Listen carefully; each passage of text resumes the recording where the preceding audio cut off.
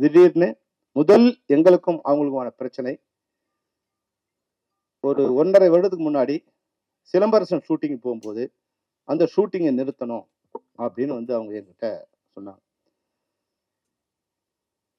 அப்போ இங்க சொல்லும்போது நாளைக்கு ஷூட்டிங், நாளை மறுநாள் ஷூட்டிங் இன்னைக்கு. ஆனா ஒரு வாரத்துக்கு முன்னாடியே அங்க வந்து ஒர்க் நடந்தது. ராமேஸ்வரத்துல வந்து ஒர்க் நடந்து செட் ஒர்க் நடந்துகிட்டு இருக்கு. எல்லாம் தயாராயிட்டு இருக்காங்க. முதல்ல உங்க தயாரிப்பாளர் சொல்லியிருக்கணும் இல்லையா? தயாரிப்பாளர் உங்களோட உறுப்பினர். அவரை கூப்பிட்டு நீங்க சிலம்பரம் வச்சு படம் பண்ணாதீங்க, இந்த பிரச்சனை இருக்கு முடிச்சுட்டு போகணும் நீங்க அவர் சொல்லியிருக்கணும். அவருக்கு சொல்லல. அவங்க செட் ஒர்க் நடந்துட்டு எங்க உறுப்பினர் ஆல்ரெடி ஒர்க் பண்ணிட்டு இருக்காங்க. பாதி வழியில செங்கல்பட்டுல இருந்து திண்டிவனம் வரைக்கும் வண்டிகள் போயிட்டு இருக்கு. எல்லா வண்டியும் நிறுத்துறோம். நிறுத்தி இவங்க சொன்னதுக்காக சரி இவங்களோட இருக்க நம்ம நட்பை கெடுத்துக்கூடாது. சரி நிறுத்தி அவங்களுக்கு ஒரு பேச்சுவார்த்தை வர வச்சு அந்த தயாரிப்பாளர் வர வச்சு ஒரு சுமூகமான நிலைமையை ஏற்படுத்தி கொடுத்தோம். இது ஒரு வகையில் முடிஞ்சிடுச்சு. இனிமேலாவது அடுத்த சிலம்பரசன் படம் போகும்போது அவங்களுக்குள்ள பிரச்சனை பேசி முடிச்சிருக்கணும். அடுத்து மெட்ராஸ் டாக்கீஸ் ராஜ்கமல் படம் போகுது. அதே சிலம்பரசன் படம் ஷூட்டிங் போறாங்க, நீங்க நிறுத்துங்க. இப்போ நீங்க நல்லா யோசிச்சு பாருங்க. நாங்க அவ்வளவு வலிமையானவர்கள் இல்லை. யார மணிரத்னத்தை எடுத்து சண்டை போடணும், கமல் சாரை எடுத்து சண்டை போடணும். இதெல்லாம் நாங்க ஏன் சண்டை போடணும்? எங்களுக்கு அவங்களுக்கு எந்த பிரச்சனையும் இல்லையே. உங்களுக்கு பிரச்சனை உங்க மெம்பர் தான் ராஜ்கமல், உங்களோட மெம்பர். மணிரத்னம் சார் உங்களோட மெம்பர். அவங்களை கூப்பிட்டு இது மாதிரி பிரச்சனை முடிச்சுட்டு போகணும் நீங்க சொல்லலாம்ல.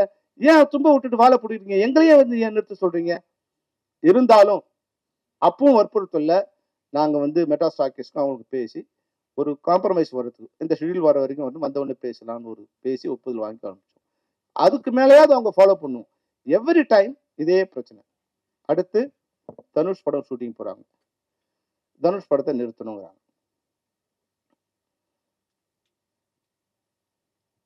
நீங்க நல்லா யோசிச்சு பாருங்க. முதல்ல ராஜ்கமல் ஆயிடுச்சு, மணிரத்னம் ஆயிடுச்சு, ஐஸ்வரி கணேஷ் ஆயிடுச்சு, இப்போ அடுத்து தனுஷ். சரி அவங்களும் அவங்க சொல்றாங்கன்னு ஸ்டாப் பண்ணும். ஸ்டாப் பண்ண உடனே தனுஷ் சார் அவங்க வினோத் அவங்க வந்து ஏன் நிறுத்துறீங்க? இந்த மாதிரி ப்ரொடியூசர் கவுன்சில். சரி ப்ரொடியூசர் கவுன்சில். அப்போ நடிகர் சங்கம் வந்தாங்க. எல்லாரும் பேசி என்ன பிரச்சனை? இல்லை எங்கள் செக்ரட்டரியா இருக்கிறவர் 3 கோடி ரூபாய் அட்வான்ஸ் கொடுத்துட்டு இருக்காரு தனுஷ்க்கு. அவர் படம் பண்ணல, அதை வந்து ரிட்டர்ன் பண்ண சொல்லுங்க. நடிகர் சங்க சார்பில் எஸ் நீங்கள் சொல்ல கரெக்ட் தான், நாங்கள் ரிட்டர்ன் பண்ண சொல்லுவோம். உடனே ரிட்டர்ன் பண்ணுறோம். இல்லை 16 கோடி ரூபாய் ரிட்டர்ன் பண்ணணும். எப்படிங்க 3 கோடி தான் கொடுத்தீங்க, 16 கோடி எப்படிங்க? இல்லை நாங்கள் வந்து 36% வட்டி, அது அடுத்த வருஷம் வட்டிக்கு வட்டி ஆகிடும், அதுக்கு அடுத்த வருஷம் வட்டிக்கு வட்டி வட்டிக்கு வட்டி ஆகிடும். எப்படி கணக்கு போட்டு பார்த்தீங்கன்னா 16 கோடி வருது. நான் வட்டி கட்டிட்டு இருக்கேன் ஆல்ரெடி, அதனால 16 கோடி கொடுக்குறேன். நாசர் கேட்டாரு, நம்ம வட்டி கடை நடத்துறோமா? நீங்க தயாரிப்பாளர், அட்வான்ஸ் கொடுத்தீங்க, அட்வான்ஸ் படம் பண்ணல.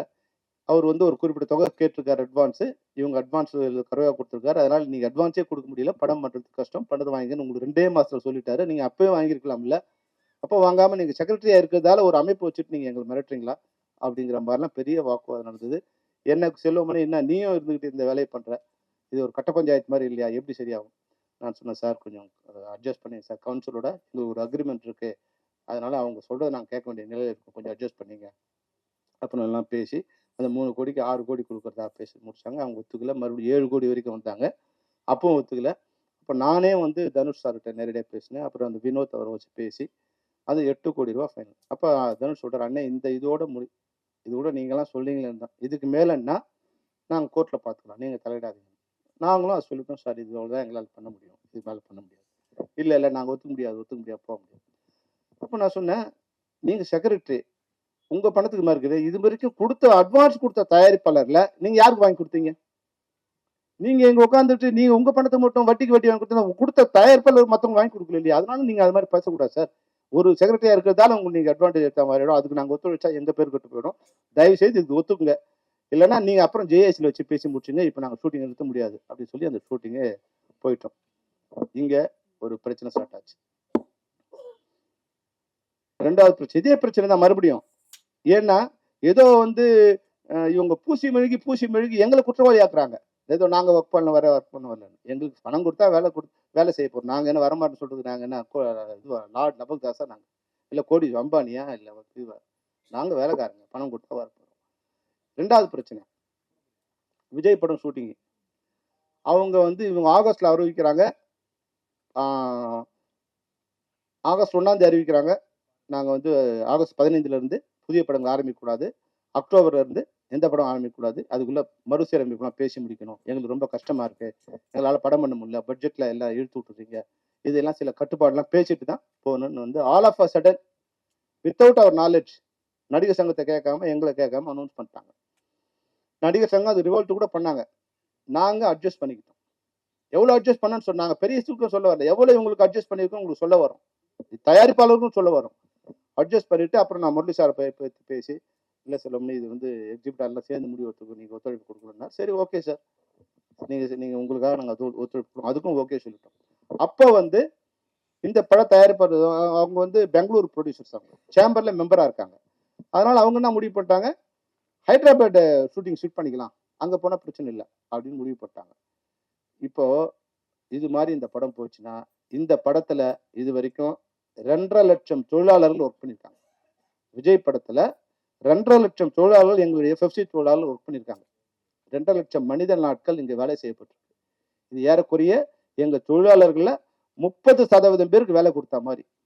இப்போ இந்த அமைப்புக்கு தலைவரா இருந்துட்டு இதை கொண்டு போய் அங்க நடத்துங்கிறதுக்கு நான் இதுக்கு இங்க நான் தலைவரா இருக்கணும்.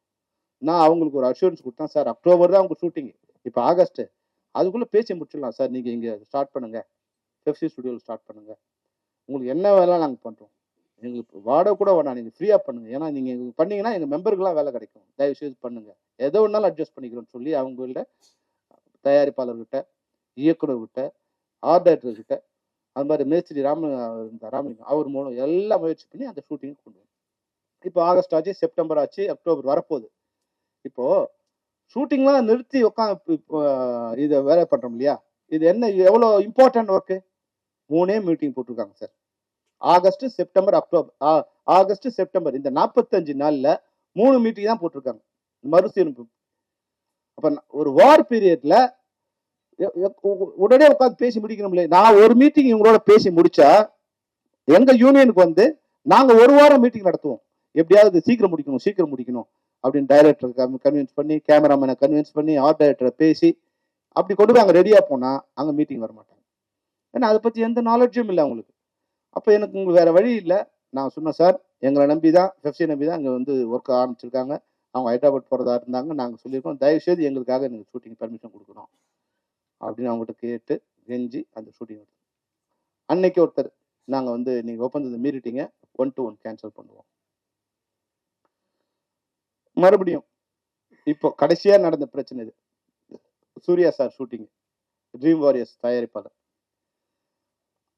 அவர் வந்து நடப்பு தயாரிப்பாளர் சங்கத்துல ஒரு பதவியில் இருக்காரு. அதுக்குள்ள இவங்களுக்கு அவங்களுக்கு பிரச்சனை வந்துச்சு, கொஞ்சம் ஏதோ மிஸ் அண்டர்ஸ்டாண்டிங் என்னன்னு தெரியல. இப்போ அதை எஸ்ஆர் பிரபு சொல்லிட்டாரு, இல்லை சார் நாங்கள் கடிதம் நாங்கள் அனுப்ப முடியாது, நாங்கள் நேராக அனுப்புறோம், நீங்க ஒர்க் பண்ணா பண்ணுங்க, இல்லைன்னா விட்டுருங்க. இப்போ இவங்க கடிதம் நீங்க அனுப்பலன்னா இந்த ஷூட்டிங் போனா மறுபடியும் இவங்களோட நம்ம காலில் விழணும். அதனால நான் வந்து அவருக்கு கொஞ்சம் கடுமையாக பேசி எஸ்ஆர் பிரபுக்கு நடப்பு தயார் பேசி, சார் நீங்க த்ரூ கவுன்சில் லெட்டர் வரலன்னா நாங்க வந்து கோஆப்ரேட் பண்ண முடியாது, எந்த வேணாலும் நீங்க வச்சுங்க, நாங்க ஒத்துக்கிட்டோம், அந்த நீங்க ஒத்துக்கிட்டீங்க, நீங்க கடிதத்தை அனுப்புங்க அப்படின்னு சொல்லி அன்று இரவு 11 மணிக்கு நள்ளிரவு போய் அந்த கடிதம் வந்து தயாரிப்பாளர் சங்கத்தை சேர மாதிரி இந்த வேலை செஞ்சோம், முழு இரவு. அதை மறுபடியும் 11:30 மணிக்குள்ள அவர் அன்னைக்கு தலைவர் ஊர்ல இல்லை, முரளி ராமசாமி சாருக்கு நான் ஃபோன் மூலம், சார் இது மாதிரி லெட்டர் வந்துச்சு சார், எப்படி பண்ணலாம் சார், லெட்டர் வந்தா சந்தோஷம் சொல்லி ஒரு பிரச்சனை சும்மா தெரிஞ்சிச்சு, ரொம்ப நன்றி, கோ ஆன் அப்படின்னு சொல்லிட்டாரு. ஆனா மறுநாள் இவங்க என்ன சொல்றாங்க, செக்ரட்டரிஸ் எஸ்ஆர் பிரபு நேரா இங்க வரணும், இல்லைன்னா கடிதம் அனுப்பக்கூடாது, பெப்சிக்கு வரல. இப்ப நம்ம நிலைமை பாருங்க, நாங்க சொல்லிட்டோம், லெட்டர் அனுப்பிச்சிட்டோம், நீங்க அனுப்பணுங்கிறது விதி, லெட்டர் அந்த தயாரிப்பில் அனுப்பிச்சு அனுப்பணுங்கிறது விதி, நீங்க அனுப்பலாம், நாங்கள் இனிமே அதை நாங்கள் ஃபாலோ பண்ண முடியாது, அதனால உங்களோட இதுவாக பண்ண மாதிரி ஆயிடும் அப்படின்னு சொல்லிட்டு சூர்யா படத்துக்கு நாங்க தொழில் ஒத்துழைப்பு வழங்கிட்டோம். அங்கதான் அங்க பிரச்சனை ஸ்டார்ட் ஆச்சு. நீங்க வந்து 1 to 1 கேன்சல் பண்ணுவோம், 1 to 1 கேன்சல் பண்ணுவோம். இப்போ ராதா பார்க்ல ஒரு மீட்டிங் போடுறாங்க, அது அவங்களுக்குடைய கருத்து வேறுபாடு, தலைவருக்கும் செயலாளருக்கும் உள்ள கருத்து வேறுபாடு, அதுக்கு ஒரு மீட்டிங் போடுறாங்க. அந்த மீட்டிங் எப்படி போட்டுக்கணும், நீங்க தலைவர் மேல நம்பிக்கையில்லா தீர்மானம் கொண்டு வர போறேன்னு ஆட்களை சேர்க்கிறீங்க, அப்ப அப்படியே போட வேண்டியதுதானே. பெப்சி நமக்கு ஒப்பந்தத்தை கடைபிடிக்கல, அதை எதிர்த்து ஒரு மீட்டிங். அப்போ இந்தியா பாகிஸ்தான் மாதிரி, இப்போ இந்தியா திட்டினா பாகிஸ்தான் ஜெயிக்கலாம், பாகிஸ்தான் திட்டினா இந்தியா ஜெயிக்கலாங்கிற மாதிரி பெப்சி திட்டினா ப்ரொடியூசர் கவுன்சில் இது பண்ண முடியும். இப்போ அதுக்கு எங்களுக்கு எதிராக ஒரு மீட்டிங்கை ராதா பார்க்கிங்ல போட்டு கண்ணாபின்னான் பெப்சி இப்படி பண்ணுச்சு, அப்படி பண்ணுச்சு, அவங்க நடப்பு தயாரிப்பாளர் அது பண்ணுச்சு, இது பண்ணுச்சு. என்ன பண்ணணும் நடப்பு தயாரிப்பாளருக்கு? உங்களுக்கு பண்ணது அவங்களுக்கு பண்ணும். அப்படின்னு வந்து அப்போ நாங்க ஒரு கடிதம் அனுப்பிச்சோம். அதாவது இனிமேல் உங்களோட ஒப்பந்தத்தில் நாங்கள் கையெழுத்திட்டுள்ள அனைத்து விதிகளையும் நாங்கள் பின்பற்றுவோம். 2 விதிகளை எங்களால் பின்பற்ற இயலாது. 1, நடப்பு தயாரிப்பாளர் அனைவருக்கும் எங்களுக்கு ஒத்துழைப்பு நிறுத்து என்றால் எங்களால் செய்ய இயலாது. யாராவது ஒருத்தர் 2 பேர் தப்பு பண்ணாங்க, அது சொல்லுங்க, அதுக்கு பண்ணலாம். எல்லாருக்கும் நிறுத்த முடியாது.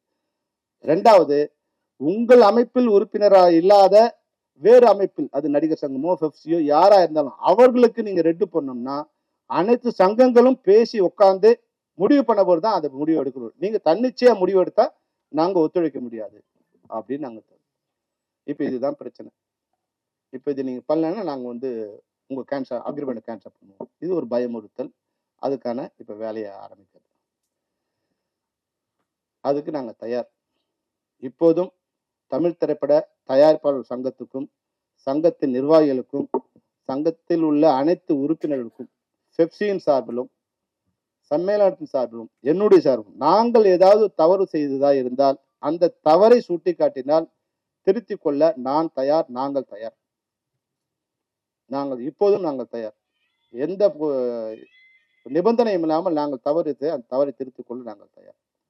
ஆனால் இந்த 2 விஷயங்களை அடிப்படையாக வைத்து நீங்கள் எங்களை மிரட்டவோ, இல்லை பெப்சி அடியாள் மாதிரி பயன்படுத்தணும், அவங்க ஷூட்டிங் நிறுத்து, இவங்க ஷூட்டிங் நிறுத்து அப்படிங்கிறத இனிமே நாங்க பண்ண முடியாது. இதை தவிர அனைத்து ஒப்பந்தங்களும் நிறைவேற்ற நாங்கள் தயாராக இருக்கோம். உங்க தயாரிப்பாளர் சங்கத்தில் உறுப்பினராக உள்ள அனைவர்களுக்கும், நிர்வாகிகளுக்கும் நாங்க சொல்லிடுறோம். நாங்க எந்த பேச்சுவார்த்தைக்கும் தயார். ஆனா எங்களை மிரட்டுறதுக்கு நீங்க வந்து எங்களை அழிப்பதற்கு நீங்க ஒரு படையை உருவாக்குறீங்கன்னா, நீங்க அந்த அப்ளிகேஷனை 7ஆம் தேதி இஷ்யூ பண்ணீங்கன்னா, 8ஆம் தேதியிலிருந்து தமிழ் திரைப்பட தயாரிப்பாளர் சங்க உறுப்பினரோடு நாங்கள் பணிபுரிய மாட்டோம். நாங்கள் பணிபுரிய மாட்டோம்.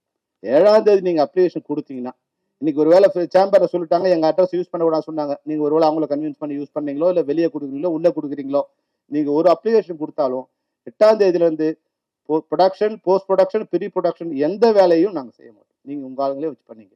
நாங்க தடுக்கவும் மாட்டோம். நீங்க தனியா இப்போ டைரக்டர் கூப்பிட்டுக்கிறீங்க, கேமராமேனை கூப்பிட்டுக்கிறீங்க, கார் டைரக்டர் கூப்பிட்டுக்கிறீங்க, எல்லாம் கூப்பிட்டு நீங்க பண்ணீங்க. நாங்க வரல, எங்களை விட்டுடுங்க. எங்களை யார் நம்பி வராங்களோ. ஆனால் தயாரிப்பாளர் சங்கம் தப்பா எடுத்திருக்காங்க, எங்க படம் ஷூட்டிங்ல இருக்கு அப்படின்னு தயாரிப்பு நிறுவனம், அது சங்கத்தில் உறுப்பினராக இருக்கவங்க எங்களுக்கு ஒரு கடிதம் கொடுத்தா, இது போல பெப்சி தொழிலாளர் வைத்து நாங்கள் வேலை செய்கிறோம், எங்களுக்கு ஒத்துழைப்பு கொடுங்கள், நீங்கள் ஒரு கடிதம் கொடுத்தா நிச்சயமாக அவர்களுக்கு நாங்கள் பணிபுரிவோம். நாங்கள் அடமண்டா நாங்கள் இருக்கணும், அவங்களுக்கும் நாங்கள் பணிபுரிவோம். எந்த தயாரிப்பாளருக்கும் எதிரானது அல்ல பெப்சி, எதிரானது அல்ல நாங்கள். தயாரிப்பாளர் வாழ்ந்தாதான் நாங்கள் வாழ முடியுங்கிறது எங்களுக்கு நல்லா தெரியும்.